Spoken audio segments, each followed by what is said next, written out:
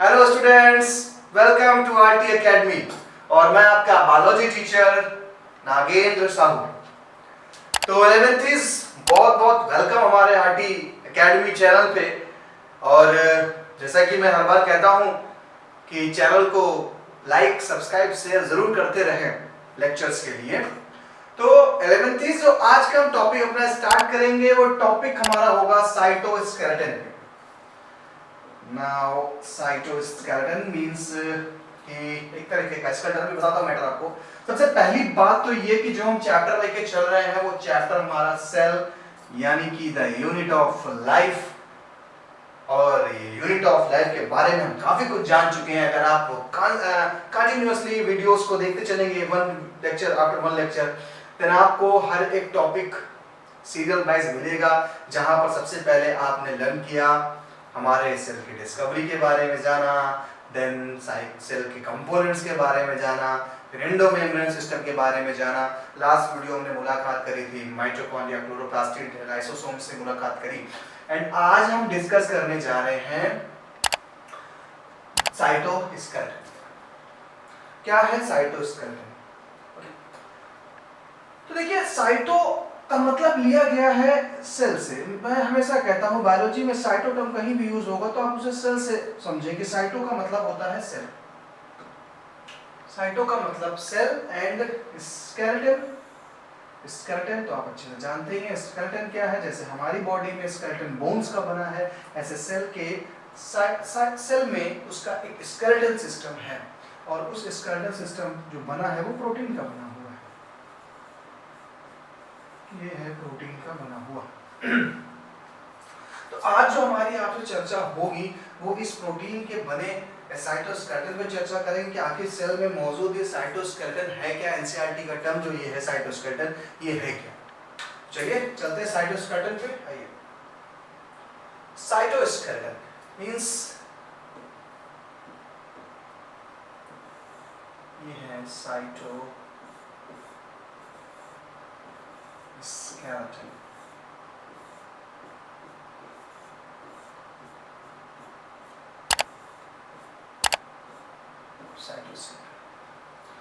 सबसे पहली बात हमें जाननी है कि साइटोस्केलेटन है क्या। तो दिमाग में एक चीज रख लीजिए कि सेल में हमारे प्रोटीन्स के फाइबर्स होते हैं। कुछ प्रोटीन्स के फाइबर जो एक कंटिन्यूअसली चेन बना रहे हैं। देखिए जरा, आप देखें ध्यान से, प्रोटीन के बने हुए मॉलिक्यूल्स अटैच होकर के एक चेन का फॉर्मेशन कर देते हैं। यही चेन हमारा साइटोस्केलेटन को बनाएगा। तो दिमाग में एक चीज रखनी है हमें कि साइटोस्केलेटन है क्या। तो साइटोस्केलेटन प्रोटीन के बने हुए फाइबर्स हैं, चेन बन गई प्रोटीन की बनी हुई। और इसीलिए इसको हम साइटोस्केलेटन कह दे रहे हैं क्योंकि ये एक चेन बनी है, फाइबर बना है, तो एज अ पिलर काम कर रहा है, एज अ पिलर काम कर रहा है, सपोर्ट कर रहा है सेल को। जैसे छत में आयरन की रॉड्स पड़ती है, सरिया पड़ती है, वो सरिया जैसा काम कर रहा है, इसलिए इसको स्केलेटन बोला गया है। तो सेल में मौजूद प्रोटीन्स इन साइटोस्केलेटन का फॉर्मेशन करते हैं और ये प्रोटीन हमें पल्सेस से, मिल्क से, इन सब चीजों से मिलती है। ठीक है, तो चलिए देखते हैं डिफिनेशन जरा इस पे। It is a network of filamentous proteinaceous structure present in the cytoplasm. एक फिलामेंटस स्ट्रक्चर है या प्रोटीनियस, जैसे कि मैंने बोला प्रोटीन से पाया जा रहा, प्रोटीन से बना हुआ है, तो प्रोटीनियस स्ट्रक्चर पाया जाता है साइटोप्लाज्म में। पहली definition. Second thing, it provides mechanical support, motility, maintenance of the shape of the cell. ये हमारे सेल को सपोर्ट देता है।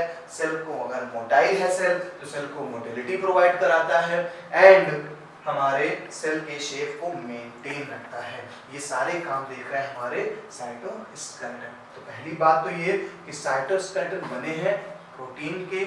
ये फाइब्रस होते हैं या फिलामेंटस हो सकते हैं, धागे जैसे हैं। इनका काम है हमारी सेल को सपोर्ट करना, सेल के शेप को मेंटेन रखना एंड मोटिलिटी प्रोवाइड कराना। कैसे मोटिलिटी प्रोवाइड होगी अभी बताता हूँ आपको। चलिए, अब साइटोस्केलेटन में हमारा एक टर्म आएगा सीलिया एंड फ्लैजेला। ध्यान से समझिएगा, सीलिया एंड फ्लैजेला इसलिए बोल रहा हूँ क्योंकि अभी आप प्रीवियस चैप्टर्स में आपने देखा था, जब मैं एनिमल किंगडम और प्लांट किंगडम के बारे में आपको पढ़ा रहा था, तो मैंने बोला था कुछ मोटाइल स्पोर होते हैं, कुछ नॉन मोटाइल स्पोर होते हैं।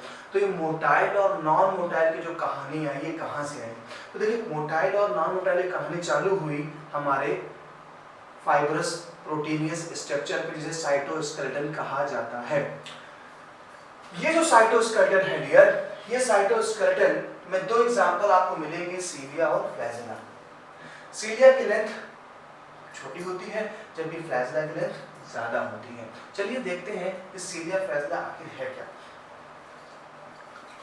तो they are hair like outgrowth of the cell membrane. Common definition दे रहा है, कह रहा है ये एक आउटग्रोथ है, एक हेयर लाइक आउटग्रोथ है। जैसे कि आपके सर में बाल निकल आए हैं और एक बड़ी सी चोटैया निकल आए, तो जो बड़ी सी चोटैया आपके निकल आई वो हो गया फ्लैजेला। तो आउटग्रोथ है, हेयर लाइक स्ट्रक्चर्स है। देन अब देखिए यहाँ पर दो चीज डिवाइड किया गया है। सीलिया को अलग डिफाइन करता है ये cilia, and another one is flagella. Cilia, small structures which work like oars, causes the movement of cell or surrounding fluid. इनका फंक्शन है मूवमेंट ऑफ सेल, सेल को मूवमेंट देना, और जो इनकी सराउंडिंग है बाहर की तरफ उसको भी मूवमेंट करना। तो अगर आप देखेंगे ह्यूमन के जो रेस्पिरेटरी ट्रैक है, ह्यूमन का जो रेस्पिरेटरी ट्रैक है, इस ट्रैक पे सीलिएटेड टिश्यू पाए जाते हैं। और आपको मैंने पढ़ाया भी है सीलिएटेड एपिथेलियल टिश्यू के बारे में, स्ट्रक्चरल ऑर्गेनाइजेशन इन एनिमल्स में। तो वहां पे जो ये हमारा सीलिया है, वहां पे जो हमारा सीलिया है, इस सीलिया का फंक्शन क्या है? फ्लूइड को एक यूनिट डायरेक्शन में भेजना, फ्लूइड को एक यूनिट डायरेक्शन में भेजना। यानी सीलिया स्मॉल है, और जैसा कि मैं इसलिए बता रहा हूँ क्योंकि आपने भी एक चीज देखी कि सीलिया का जो फंक्शन दे रहा है वो कह रहा है कि सीलिया अपने सराउंडिंग के फ्लूइड को भी मूवमेंट देता है। तो सराउंडिंग का फ्लूइड मतलब ये एक ट्रैक पे लगा हुआ है, और ट्रैक पे जो भी फ्लूइड है उसको एक मूवमेंट पे क्या कर रहा है, ये भेज रहा होता है। तो ये था हमारा सीलिया। अब फ्लैजेला क्या होगा देखिएगा। तो फ्लैजेला, जैसे कि मैंने एक बार प्रोकैरियोटिक सेल में आपको बताया था, बैक्टीरिया का डायग्राम था, जहां पर मैंने कुछ ऐसा स्ट्रक्चर यूज किया था। मेरे उस वीडियो को देखिएगा बैक्टीरिया प्रोकैरियोटिक सेल वाले में। अगर आप जाएंगे तो ऐसे आपको स्ट्रक्चर मिलेगा, और इस स्ट्रक्चर को आप बोलेंगे क्या? फ्लैजेला। दोनों में लेंथ का बहुत बड़ा वेरिएशन है। एक बहुत ही स्मॉल लाइक स्ट्रक्चर है जिसे हमने सीलिया कहा, एक की लेंथ काफी बड़ी है, इसे हम क्या बोल रहे हैं यहाँ पर? फ्लैजेला कह रहे हैं। चलिए आगे चलते हैं। फ्लैजेला लॉन्गर होता है, responsible for the cell movement. Flagella और prokaryotes and eukaryotes are structurally different.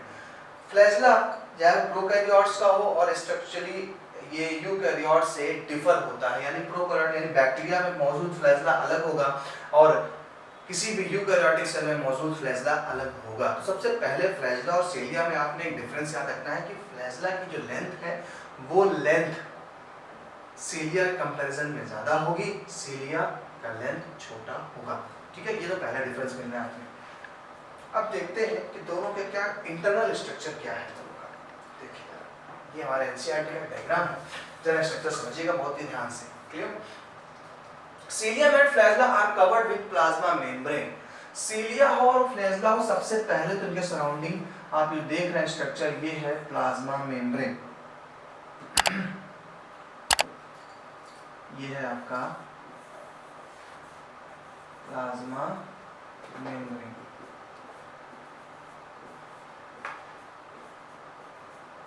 ये आपका प्लाज्मा मेम्ब्रेन है जो कि सीलिया और फ्लैजेला के सराउंडिंग पाई जा रही है। सबसे पहले ये से स्टार्ट करें। तो सीलिया हो या फिर फ्लैजेला हो, उसके सराउंडिंग में मेम्ब्रेन पाई जाएगी जिसे हमने प्लाज्मा मेम्ब्रेन बोला। जैसे कि एक सेल में पाया जाता है मेम्ब्रेन, वैसे मेम्ब्रेन यहाँ पर भी पाई जा रही है। आप देख रहे थे कि राइबोसोम को छोड़ करके लगभग सभी सेल ऑर्गेनल्स के सराउंडिंग में मेम्ब्रेन पाई जाती है, जबकि मैंने राइबोसोम को बताया था विदाउट मेम्ब्रेनस स्ट्रक्चर है, वो किसी मेम्ब्रेन से कवर्ड नहीं है, जबकि फ्लैजेला सीलिया सब के सब कवर्ड है। तो देखिए सराउंडिंग क्या है, एक प्लाज्मा मेम्ब्रेन है and then their core axoneme has many microtubules running parallel to long axis. ये जो आप देख रहे हैं, ये रेड कलर का जो आप देख रहे हैं, इसके सेंटर पर, ये आपका सेंटर पे जो लगा हुआ है इसको बोलेंगे सेंट्रल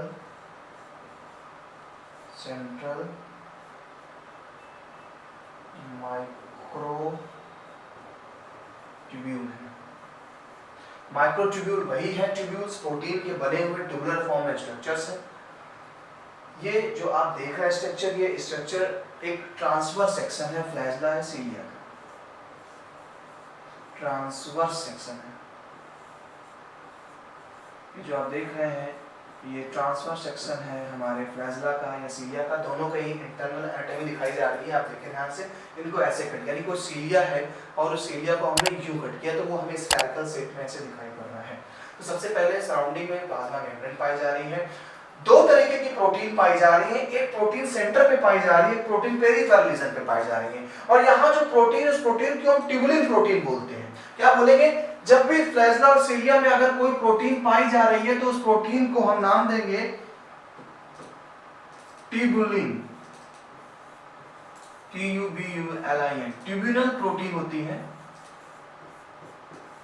बहुत टाइप की प्रोटीन्स हमारी बॉडी में पाई जाती है, सबके बड़े अलग अलग फंक्शन होते हैं। तो सीलिया और फ्लैजेला में जो प्रोटीन पाई जा रही है उस प्रोटीन का नाम है ट्यूबुलिन प्रोटीन। और ऐसी प्रोटीन दो तरीके की, देखिए एक पेरिफेरल रीजन पे प्रोटीन मिल रही है आपको, तो देखिए क्या लिख दिया, जो पेरिफेरल रीजन पे प्रोटीन मिल रही है उसको बोला हमने पेरिफेरल, उसको नाम दिया पेरिफेरल, क्योंकि पेरिफेरल रीजन पे माइक्रोट्यूब्यूल, पेरिफेरल माइक्रोट्यूब्यूल,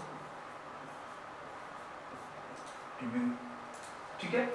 और कुछ प्रोटीन देखिए सेंटर पे है तो इसको हमने बोल दिया सेंट्रल माइक्रोट्यूब्यूल। ये पहले पॉइंट लर्न हो गया, plasma membrane, peripheral microtubule and central microtubule. Clear. दो पेरिफेरल माइक्रोट्यूब्यूल को जोड़ने के लिए बीच में स्ट्रक्चर पाए जा रहे हैं, इसे बोलते हैं इंटेग्रल ब्रिज। इंटीग्रल ब्रिज, दो पेरिफेरल माइक्रोट्यूब्यूल के सेट को जोड़ने के लिए ब्रिज पाई जा रही है, इसे इंटीग्रल ब्रिज कहते हैं। आप देखेंगे सेंटर पे मौजूद जो माइक्रोट्यूब्यूल है, सेंट्रल माइक्रोट्यूब्यूल एक कवरिंग से कवर्ड है, रेक्टल कवरिंग, इसे बोलते हैं central sheath. Central sheath, central sheath. Clear. देखिए अब माइक्रोट्यूब्यूल्स जो बाहर की तरफ, यानी पेरिफेरल जो माइक्रोट्यूब्यूल था वो आपस में इंटीग्रल ब्रिज से अटैच हो रहा है, लेकिन ये सेंट्रल शीथ से जिस स्ट्रक्चर से जुड़ते हैं उसे बोलते हैं रेडियल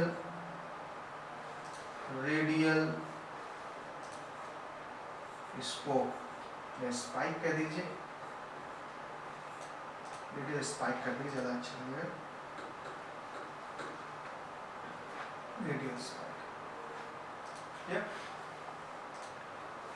सारी चीजें बिल्कुल आसान है। आपने सबसे पहले देखना है कि सीलिया या जो फ्लैजेला है, ये सीलिया या फ्लैजेला का ट्रांसफर सेक्शन करने पर हमें टू टाइप्स की प्रोटीन्स दिखाई पड़ेंगी। एक पेरिफेरल रीजन पे प्रोटीन्स है, उसे पेरिफेरल प्रोटीन्स बोलेंगे, और जो सेंट्रल रीजन पे उसे सेंट्रल प्रोटीन या सेंट्रल माइक्रोट्यूब्यूल बोलते हैं। दो पेरिफेरल माइक्रोट्यूब्यूल इंटीग्रल ब्रिज से अटैच होते हैं, और हमारा जो सेंट्रल शीथ से जो पेरिफेरल अटैच हो रहे हैं उसे हम बोलेंगे radial spike. Clear. And after that just a minute,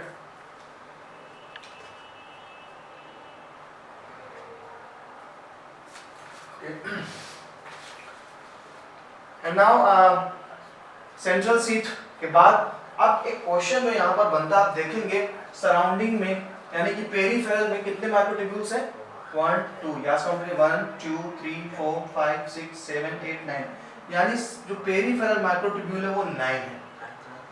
and central पे देखेंगे कितने हैं माइक्रोट्यूब्यूल्स, तो सेंट्रल पे 2 है, तो इसको ऐसे राइट करते हैं 9 + 2, आपसे एग्जाम में ये क्वेश्चन पूछेगा, ये बहुत इंपॉर्टेंट है, मैं इसको अलग से मार्क करता हूँ, आपको लर्न है इससे।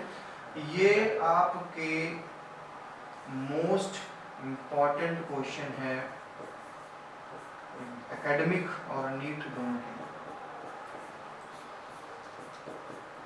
कि 9+2 का जो अरेंजमेंट है, ये 9+2 का अरेंजमेंट किस साइटोस्केलेटन में पाया जाता है। तो 9+2 का जो अरेंजमेंट है ये हमारे सीलिया और फ्लैजला के इंटरनल स्ट्रक्चर पे पाया जाता है। ये एक इंपॉर्टेंट क्वेश्चन है, इसको याद रखिएगा। थ्योरी पे देख लीजिए, देयर कोर एक्सोनेमा, एक्सोनेमा ऐसे कोर को बोल रहे हैं, पूरा एक्सोनेमा है, has many microtubules running parallel to the long axis. एक लॉन्ग एक्सिस पर अगर आप इसको देखेंगे तो पूरा लॉन्ग ऐसे जाएगा, ये ट्रांसफर सेक्शन है इसलिए आपको नीचे दिख रहा है, तो पूरा ये स्ट्रक्चर ऐसे जाएगा और पैरेलली हमारे प्रोटीन्स है। तो यहाँ सिंपल से याद रखना है कि सबसे पहले आपको पेरिफेरल लेजर की बात करनी है, यानी सेल मेम्ब्रेन है, जैसे अंदर एंटर करते हैं पेरिफेरल माइक्रोट्यूब्यूल मिलेंगी और अंदर जाएंगे तो सेंट्रल माइक्रोट्यूब्यूल मिलेंगी। दो माइक्रोट्यूब्यूल इंटीग्रल प्रोटीन से अटैच हो रहे हैं और हमारा जो सेंट्रल ट्यूब्यूल्स है, इनसे बाहर वाले जो पेरिफेरल माइक्रोट्यूब्यूल्स है वो सेंट्रल शीथ से अटैच होते हैं with the radial spike. And जो अरेंजमेंट जाएगा वो अरेंजमेंट है माइक्रोट्यूब्यूल का 9+2। तो 9+2 सीलिया और फ्लैजला में पाया जाता है। ठीक है, चलिए आगे चलते हैं। अब बात आती है कि हमारे सीलिया और फ्लैजला के साथ ही साथ कुछ खास चीजें, the central tubule are connected by, जो चीजें मैंने बताई वो चीजें थ्योरी में मिलेंगी। The central tubules are connected by bridge and are enclosed by a central sheath। जो मैंने चीज बताई कि सेंट्रल sheath से वो क्या रहता है, enclosed रहता है। It is connected to one of the tubules of each peripheral doublet। यहाँ पर एक टर्म आता है doublet। ये doublet क्या है, देखिए यहाँ पर जो ये पेरिफेरल माइक्रोट्यूब्यूल्स पाए जा रहे हैं ये पेयर के फॉर्म में पाए जा रहे हैं, वन पेयर, और वन पेयर का मतलब क्या हुआ, डबल, यानी कि दो, और उस डबल से एक टर्म बनाया गया डबलेट, जो यहां लिखा गया है। तो डबलेट में क्या है, प्रोटीन्स डबल फॉर्म में पाई जा रही, एक पेयर में पाई जा रही हैं, और जब पेयर में पाई जा रही है तो इसी को हमने क्या बोला, फॉर्म कैसी है, डबलेट प्रोटीन की फॉर्म है। The peripheral doublets are also interconnected by linkers, clear. Cilium and flagella emerge from centriole like structure called the basal bodies। कह रहा है कि सीलियम और फ्लैजला इमर्ज होते हैं सेंट्रियोल से, तो सेंट्रियोल से अगर ये इमर्ज है तो इसे हम बेसल बॉडीज कहते हैं। जब सेंट्रियोल से फ्लैजला सीलिया अटैच हो जाएगा, ये सेंट्रियोल है, कुछ ऐसे देखें, कोई ये सेल है, इस सेल में ये सेंट्रियोल है, क्लियर। सेंट्रियोल आप जानते हैं, सेंट्रियोल सेंट्रोसोम का पार्ट होता है जो सेल डिवीजन में हेल्प करता है।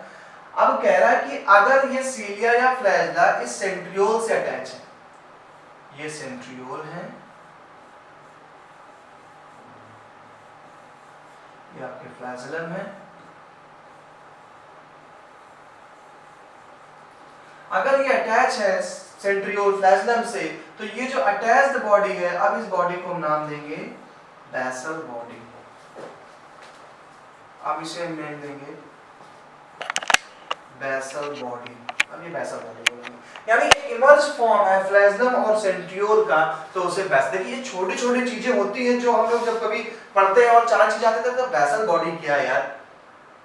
तो अभी आपने जैसे सीलिया फ्लैजला के अरेंजमेंट को जाना कि अगर उसका ट्रांसफर सेक्शन किया जाए तो सीलिया फ्लैजला कैसा दिखाई पड़ेगा, वो जाना। आप कह रहा कि अगर सीलिया फ्लैजला सेंट्रियोल से इमर्ज है, जुड़ा हुआ है साथ में, फ्यूज्ड है उसके साथ, तो आप उस स्ट्रक्चर को नाम देंगे बेसल बॉडी। ठीक है, तो यहाँ पर बेसल बॉडी वाला पॉइंट क्लियर होता है। आगे चलेंगे और आगे हम पहुंचेंगे सेंट्रोसोम एंड सेंट्रियोल के पास। अभी इनका नाम ही लिया गया और ये हाजिर हो गए। सेंट्रोसोम और सेंट्रियोल, देखिए दोनों ही स्ट्रक्चर जो आप पढ़ रहे हैं ये साइटोस्केलेटन का पार्ट है। अभी आपने एक साइटोस्केलेटन से मुलाकात करी, सीलिया और फ्लैजला, दोनों को एक कैटेगरी में रखा गया। दोनों का जो अरेंजमेंट है 9+2 का अरेंजमेंट था, जहां पर पेरिफेरल माइक्रोट्यूब्यूल्स थी और सेंट्रल माइक्रोट्यूब्यूल्स थी। 9 डबलेट बाहर की तरफ थे, 9 डबलेट पेरिफेरल माइक्रोट्यूब्यूल्स में थे एंड 2 डबलेट्स सेंट्रल माइक्रोट्यूब्यूल के थे। इस तरीके से 9+2 का फॉर्मूला बना। चलिए अब बात करते हैं बेहतरीन सेल ऑर्गेनल जो एनिमल सेल की जान है। और आप ये समझ लीजिए कि अगर सेंट्रोसोम और सेंट्रियोल एनिमल सेल में नहीं है तो ऐसी सेल डिवाइड नहीं कर पाती है। यानी जहां पर ये एब्सेंट हो गए, जहां पे ये एब्सेंट हो गए वहां डिवीजन एब्सेंट हो जाएगा, वहां डिवीजन नहीं पाया जाएगा, डिवीजन एब्सेंट हो जाएगा। तो in animal cell for division centrosome का होना बहुत जरूरी है। ठीक है, तो ये चीज आप दिमाग में रखिए कि सेंट्रोसोम का फंक्शन क्या है, सेंट्रोसोम क्या करेगा, डिवीजन में हेल्प करेगा। तो अब मैं आपको इसका एग्जांपल देता हूं। एक क्वेश्चन आता है, जो आपके न्यूरॉन्स होते हैं, यानी जो नर्व सेल होती हैं, जो आपके न्यूरॉन हैं, उन न्यूरॉन में सेंट्रोसोम एब्सेंट होता है। इसीलिए एम्ब्रियोनिक कंडीशन में जितना आप में न्यूरॉन बन गया बाद में नहीं बनेगा। कारण ये है कि उसमें सेंट्रोसोम एब्सेंट है, और जब सेंट्रोसोम एब्सेंट है तो डिवीजन नहीं होगा। ठीक है, चलिए जानकारी लेते हैं सेंट्रोसोम और सेंट्रियोल के बारे में। तो सेंट्रोसोम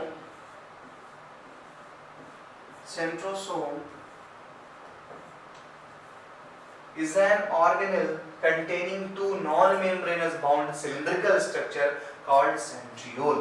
कह रहे हैं कि सेंट्रोसोम क्या है? सेंट्रोसोम दो छोटी छोटी बॉडीज से मिलकर बना है जो मेम्ब्रेनस नहीं है, यानी ये भी एक ऐसा सेल ऑर्गेनल मिला जहां पर मेम्ब्रेन एब्सेंट है। तो दो सेल ऑर्गेनल से हमारी मुलाकात हुई जहां पर दोनों में सेल मेम्ब्रेन एब्सेंट था। साइटोस्केलेटन के साथ साथ देखें तो सबसे पहले चले जाए हम पहुंचते हैं कहां पर, हमारे राइबोसोम भाई साहब के पास, और दूसरा पहुंचे हमारे सेंट्रोसोम और सेंट्रियोल के पास। तो सेंट्रोसोम और सेंट्रियोल में कहा गया कि भाई ये दो प्रोटीन्स के देखिए प्रोटीन के ही बंडल लगे हुए थे, छोटे छोटे स्ट्रॉ लाइक स्ट्रक्चर आपको दिखाई पड़ रहा होगा, स्ट्रॉ लाइक स्ट्रक्चर है, ये सब प्रोटीन्स है, सब प्रोटीन लगी हुई है, माइक्रोट्यूब्यूल्स प्रोटीन से मिलकर के बने होते हैं ये। तो एक सेंट्रोसोम के अंदर दो सेंट्रियोल्स हैं जो मेम्ब्रेन बाउंड नहीं हैं। चलिए, they are surrounded by pericentral materials. Surrounded by pericentral materials मतलब कि सराउंडिंग के साइटोप्लाज्म से ये कवर्ड रहते हैं, साइटोप्लाज्म से उसी से घिरे हैं, और न्यूक्लियस के पास मौजूद होते हैं कुछ ऐसे। ये मान लीजिए हमारी एक सेल है, और इस सेल के अंदर हमारे कई सारे सेल ऑर्गेनल्स हैं, लेकिन वहाँ पर हमारा मौजूद है हमारा ये सेंट्रोसोम। तो ये पूरा ग्रुप सेंट्रोसोम है जो सराउंडिंग की सेल के पीछे क्या घिरा हुआ, रुका हुआ है, और नीचे की तरफ न्यूक्लियस है। तो कह रहा है कि जो एक सेंट्रोसोम है, ये एक सेंट्रोसोम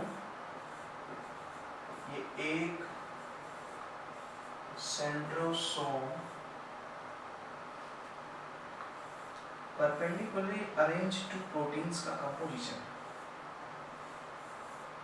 और इसी को हमने नाम दिया क्या, दो अरेंज हैं ये प्रोटीन के बने ट्यूब्यूल्स, और इन्हीं को हम नाम दे रहे हैं सेंट्रियोल। जैसे हमारे सीलियो और फ्लैजला में माइक्रोट्यूब्यूल्स के बने प्रोटीन थे, ऐसे यहाँ पर भी माइक्रोट्यूब्यूल्स के बने प्रोटीन्स हैं, और इन प्रोटीन्स में अच्छी खासी मूवमेंट की पावर पाई जाती है, और यही स्ट्रक्चर ही आपकी सेल के डिवीजन के समय स्पिंडल फाइबर का फॉर्मेशन करते हैं। तो they are surrounded by pericentriolar materials. The centriole lie perpendicular, जैसे कि मैंने बोला, पहले ही बोल देता हूं मैं, the centriole lie perpendicular to each other. They are made up of 9 evenly spaced peripheral fibrils called tubulin. इसे ट्यूबुलिन प्रोटीन आ जाएगी, मुझे पता था ट्यूबुलिन प्रोटीन ट्यूब बना रही है, उससे याद रखना है हमें। तो 9 ट्यूबुलिन प्रोटीन से मिलकर के बने होते। देखिए आप अगर एरो देखेंगे ध्यान से, तो पहला ये, सेकंड ये, थर्ड, फोर्थ, 5, 6, 7, 8, 9 प्रोटीन से मिलकर के बन रहा है ये हमारा क्या, हमारा सेंट्रियोल। अब देखिए कुछ खास चीजें मैं देख के बताता हूँ आपको जरा इसमें, कि आपको इस डायग्राम में क्या मिलेगा। अच्छा,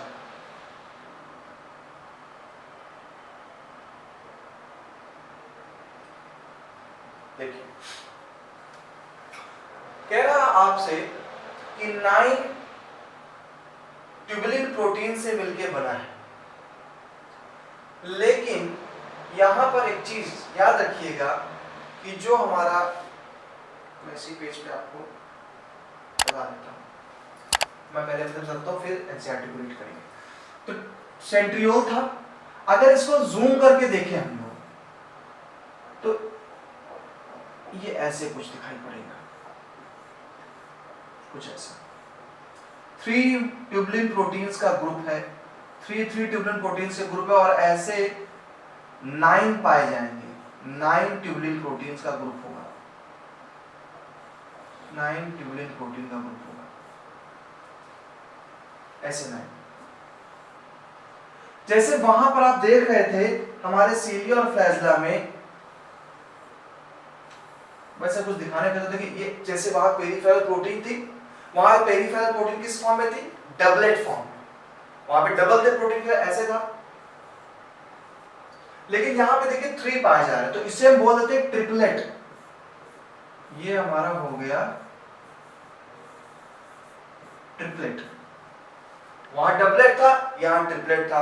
9 ट्यूबुलिन प्रोटीन यहां भी मिलेंगे, 9 वहां भी थे, लेकिन एक और अंतर देखने को मिलेगा आपको, सेंट्रल पे कोई माइक्रोट्यूब्यूल नहीं है, सेंट्रल पे कोई माइक्रोट्यूब्यूल नहीं है। तो आपसे अगर कहा जाएगा भाई फार्मूला बनाइए जरा इसका, तो सिंपल से आपने करना क्या है, 9 तो हमारे ट्रिपलेट थे, 9 प्लस बीच में कुछ है तो 0 कर दीजिए। तो आपका यहां जो फार्मूला निकल के आएगा वो आएगा 9 प्लस 0। क्यों?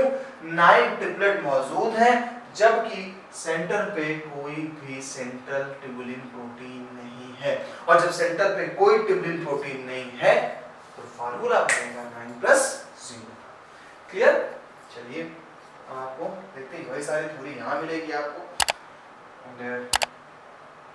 बीच में हब होता है, called the hub is also proteinaceous and called the hub, which is connected with tubules of the peripheral triplets by radial spokes, जैसे वहाँ radial spokes वैसे यहाँ radial spokes से attach होता है।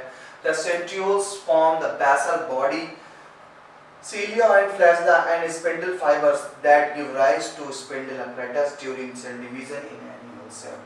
Animal cell में cell division के समय ये सेंट्रोसोम अपीयर होगा और स्पिंडल फाइबर का फॉर्मेशन करेगा। तो इतने सब लेक्चर में मैं आपको 2 चीज बताऊंगा जो सबसे ज्यादा इंपॉर्टेंट है। सबसे बड़ी बात तो पहली बात कि आपको दोनों के फार्मूले लग करने हैं, यानी एक 9 प्लस 2 पे है, एक 9 प्लस 0 पे। सबसे पहले फार्मूले से डिफरेंशिएट करेगा जो क्वेश्चन पूछा गया है अभी तक।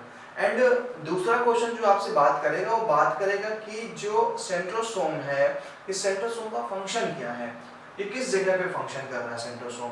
तो आपको फंक्शन बताना है कि हमारे जो सेल होती है उस सेल को डिवाइड करने में बहुत बड़ा रोल होता है, स्पिंडल फाइबर को बनाने में हमारे इस सेंट्रोसोम और सेंट्रियोल का बड़ा रोल होता है।